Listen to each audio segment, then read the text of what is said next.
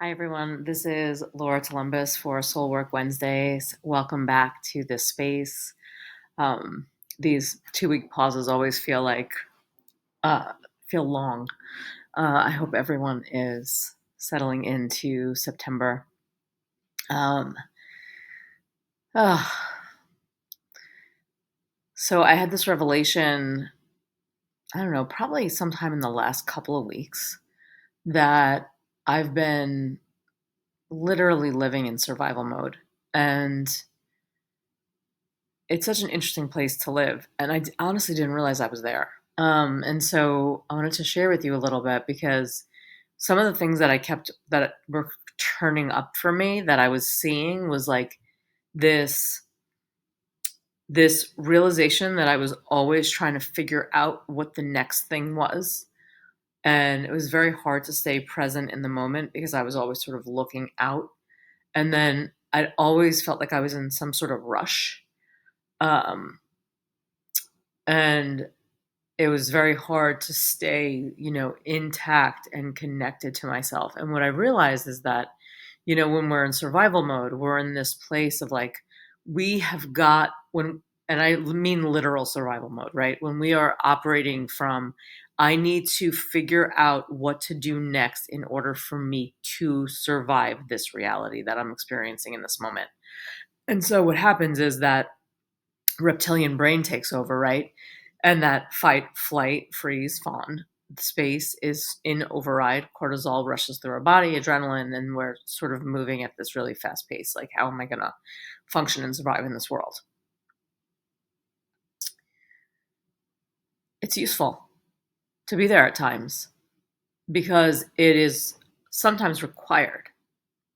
But when we are living our daily life from this place, well, we're missing out, right? We're missing out on really the access to our potency and our power and our potential and the accumulated wisdom we hold in our physical body, in our emotional body, in our mental body.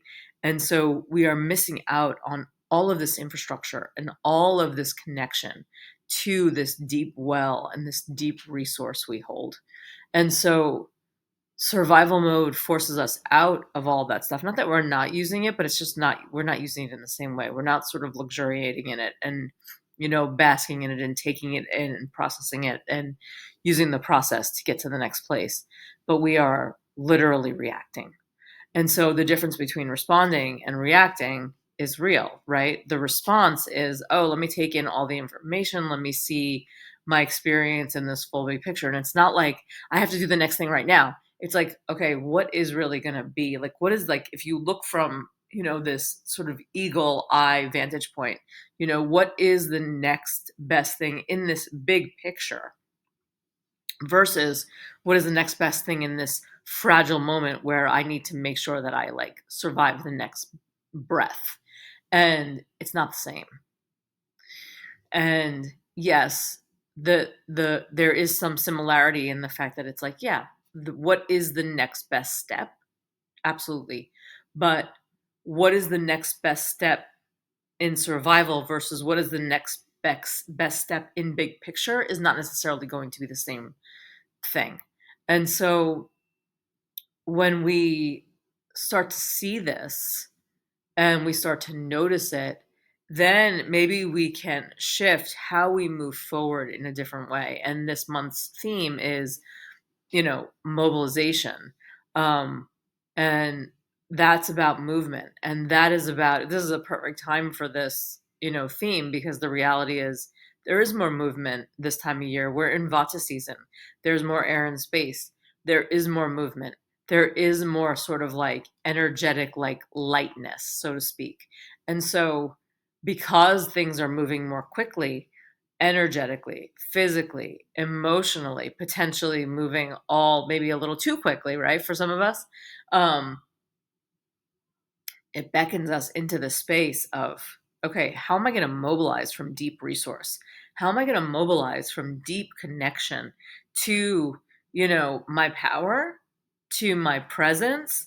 And then, yes, what is the next best step? But like, not only what is the best next step, but like in the big picture, like, where do I need to place my focus? Where do I need to place my attention?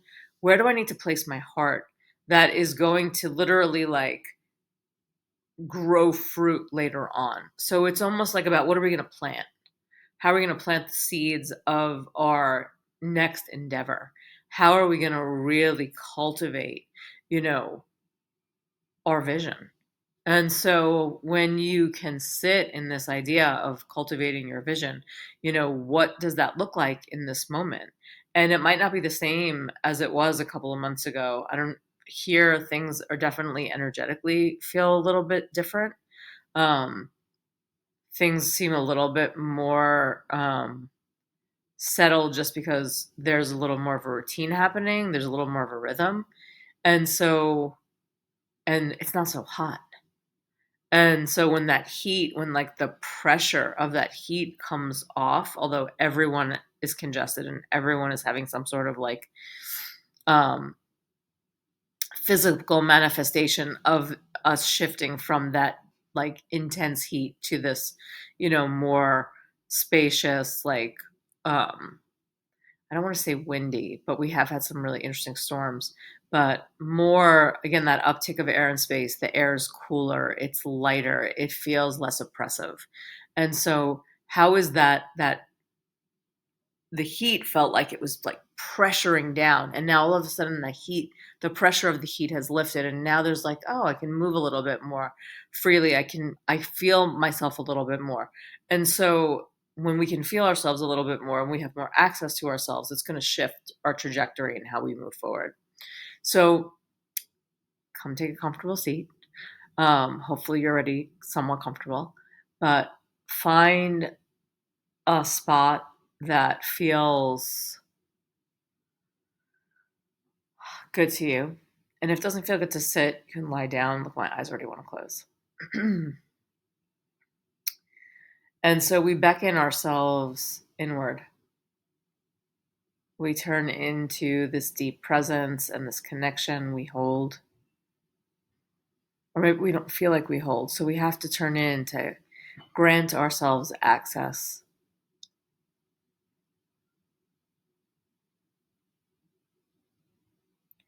And feeling the rise and the fall of the breath, let the breath be the vehicle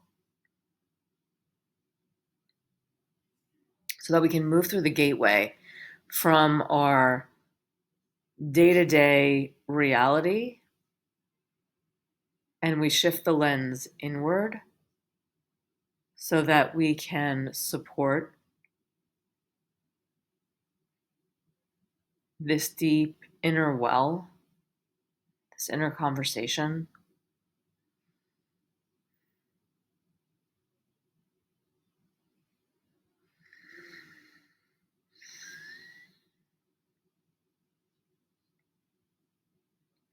And as you feel the pulsation of the breath, the rise and the fall of the breath,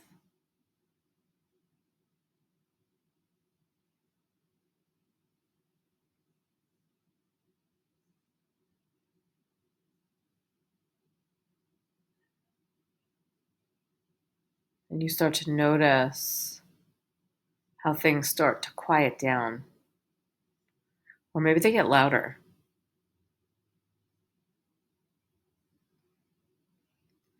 Sometimes when we turn away from the outer world, the internal lists actually become more present. And so just notice if that's what happens.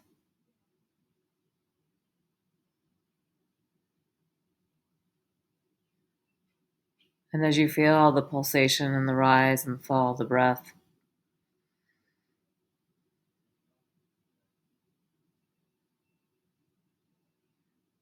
and you draw yourself into this connection, even if things do get louder when you turn inward, just notice what's been being spoken. The thing is about when we turn in to ourselves and we hear an internal dialogue, sometimes that internal dialogue can be really valuable. Now, if it's berating you or it's telling you you're not enough or you're not good enough or it's telling you, like, why didn't you do XYZ? Why didn't you do it like this? Why didn't this happen? We want to be careful of that because that is, again, that is that survival. That is that perfectionist creeping in saying that you didn't show up the way you were supposed to, instead of acknowledging and realizing that we are human and that we showed up in exactly the way we were in that moment. And that matters. So we want to give yourself enough space to just be.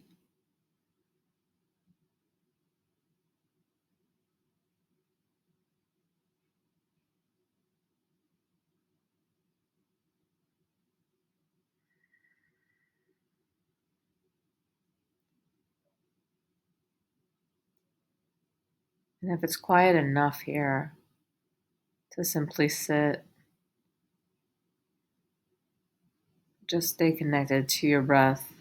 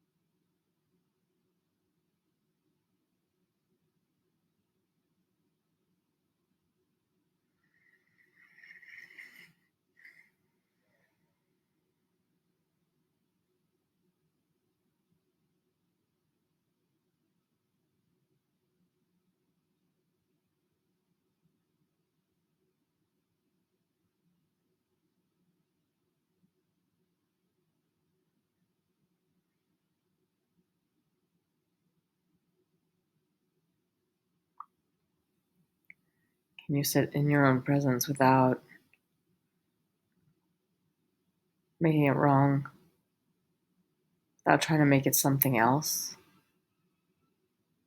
With just being with wherever you're at here and in this space as you settle into yourself and you accumulate the wisdom that you hold.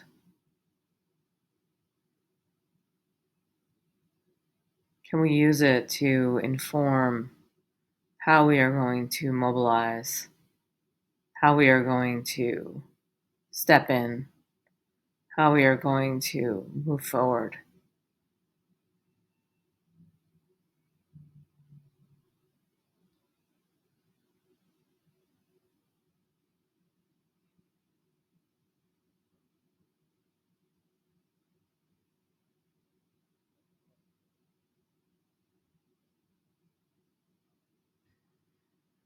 So it takes compassion to get us out of this survival mode.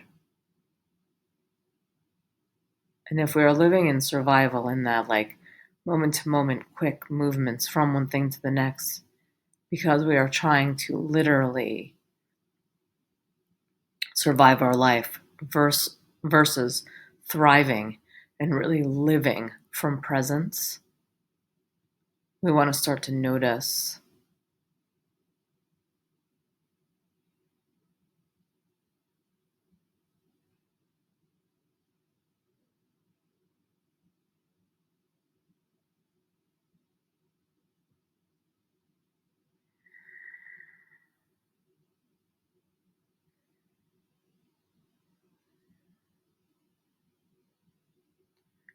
And even seeing it, it's not about making ourselves wrong from living from that space of survival. I think most of us have been doing it for the past, couple of years, given the reality of the world. But can we hold enough space to say, yeah, we do need to survive this, but can we also thrive in this? Can we move forward?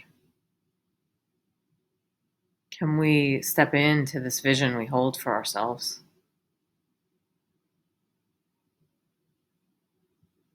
Can we honor the information we receive? Can we accumulate our wisdom? to hold us up, to support us, to nourish and nurture us.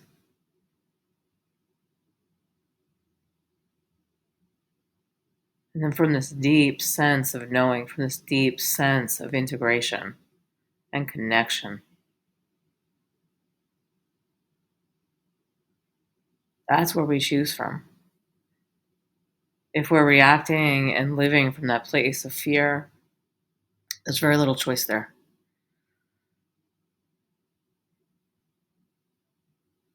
But if we are integrated and connected and sitting in this deep pool of knowing,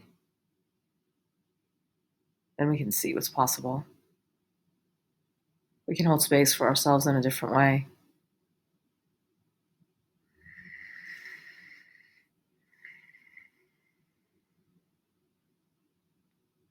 So feeling the rise and the fall of your breath and allowing the awareness of your breath to come back to your consciousness. And as you do, maybe start to brush your fingers together. Maybe open your mouth, release the jaw, maybe move your ear towards your shoulder and then the other ear towards the other shoulder. Maybe roll your shoulders. And then draw your front ribs into back ribs. Feel the anchor through the sitting bones. Draw your hands into prayer in front of your heart, Anjali Mudra. And gently bow your head to your heart, to your body, to your mind, to this resource you hold. To integrating and connecting to this resource. And to operating from this space.